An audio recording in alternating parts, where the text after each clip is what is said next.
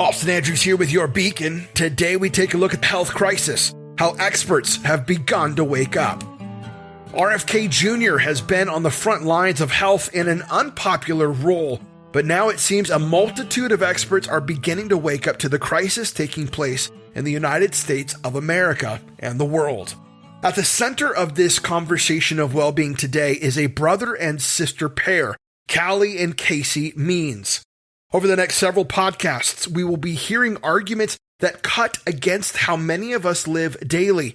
And to be frank with you, it may become uncomfortable. It has been for me.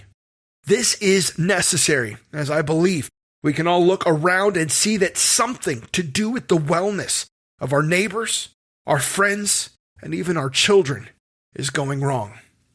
Today, let's begin to understand who are Casey and Callie Means. And we do this by listening into the Tucker Carlson podcast with Casey and Callie introducing themselves. Realize that Callie Means was a lobbyist from the food industry and Casey Means is a licensed and trained surgeon. Let's start with Casey. Tell us the progression of your thinking on this and what it did to your life. Yeah, absolutely. So trained at Stanford Medical School, then became trained as a head and neck surgeon. Undergrad Stanford also. Undergrad Stanford, medical school at Stanford, then went on to train in head and neck surgery. Yes. 9 years into my postgraduate training. How did you do in medical school and college?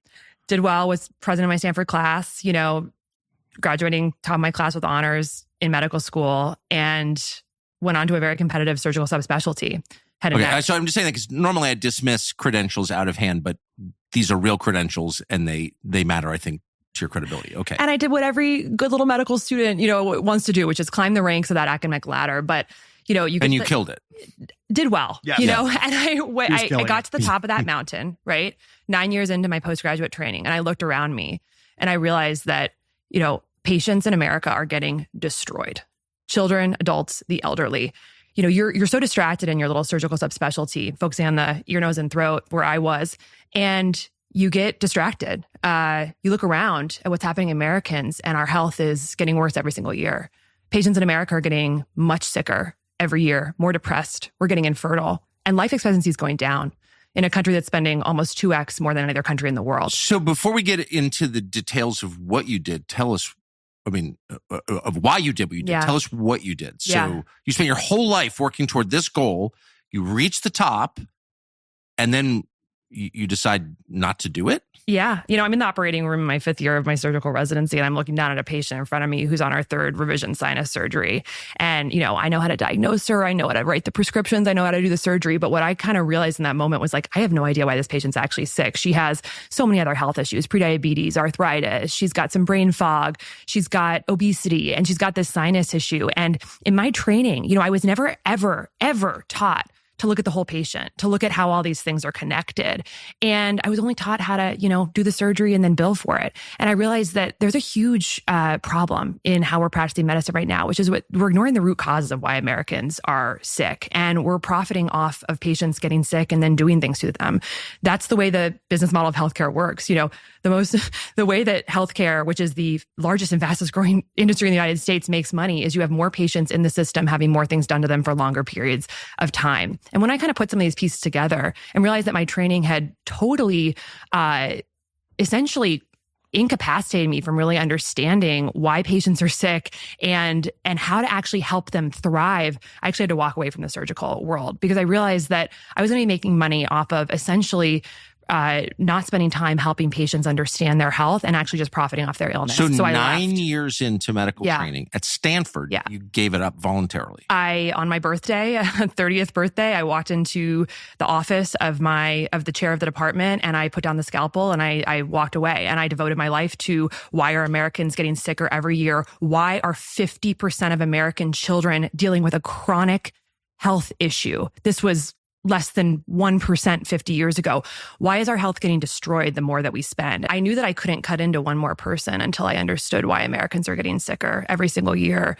I think that the unfortunate thing is that doctors don't really understand because every level of our education is systematically focused on blinding us from thinking about root causes. We have over 100 medical and surgical subspecialties right now. And, how you make money in the American healthcare system is you take a patient with 10 different issues and you send them to 10 different specialists, put them on 10 different meds. Maybe they eventually have 10 different surgeries. You never actually are taught how to put the pieces together, look at the whole body as a system, which of course it is. And part of this is because, who are the people underwriting our medical education? It's the pharmaceutical companies. We are taught how to be very algorithmic and robotic in how we look at patients. And so ultimately I left the surgical world and I went down the rabbit hole of asking why. Why are we getting sicker every year? It's just such a radical move to do something like that. Yeah. I mean, your whole life you're working toward a goal and then you give it up? Yeah. After 9 years? Yeah.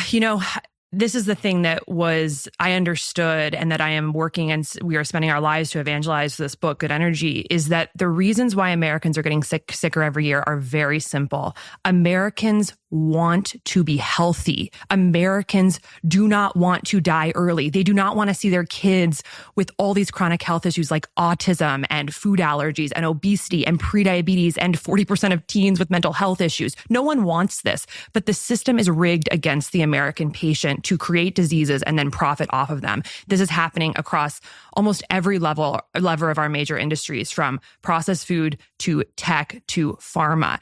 And so really what Americans need to understand is that these trends can stop immediately. We need to understand why we're sick, which is our primarily our toxic food system and the ways that systematically several industries are profiting off of our addiction and illness. And if we can understand that and create very simple top-down and bottom-up strategies to address it, Americans will become rapidly healthier. And so as a physician, I took an oath to do no harm. And I took an oath to help patients thrive. And so the way that we can do that is by helping people understand the levers of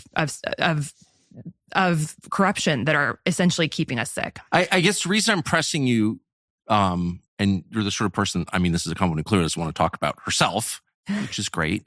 But I think it's relevant because it speaks to the intensity of your commitment and to your sincerity. So you're giving up the prize, you're giving up the money, because you really believe this. Yes. And I think I just want to establish that at the outset. Thank you. Now, Casey left surgeries because she realized she was treating a symptom of our struggle and not truly helping to solve anything deeply rooted in the cause. A terrible analogy about this would be a deeply embedded splinter. It hurts so bad, and all we can do is think about wanting to get it out. But we do have a choice. You could just numb the area with lidocaine, and you would get temporary relief. Or you could use tweezers, and you could pull that chunk of wood out that's been embedded within you. Casey is stating that instead of treating the root cause, the wood embedded within, doctors are being taught to diagnose the symptom, not the cause, to treat the symptom, not the cause, and to possibly even create a lifetime customer because they will always need more treatments because the cause has never been dealt with. This is a sinister system that is designed to push you and I to always need the system. Tomorrow we will begin to look at Callie, Casey's brother, who discusses the pipeline of money and power between the cigarette industry, the food industry, and the pharmaceutical industry, and how they are all profiting off of sickness in you and I. I also want you to understand that there is hope. This is not a losing battle. In fact, this conversation is bigger and it's happening more often in our society because of some of the political players like Donald Trump and Robert F. Kennedy Jr., but it's also happening because there is hope for change. This conversation and this knowledge is the first step. And there will be an opportunity to take action as we head towards the end of our series this week. For now, I'm Austin Andrews, and I'll see you on the next report.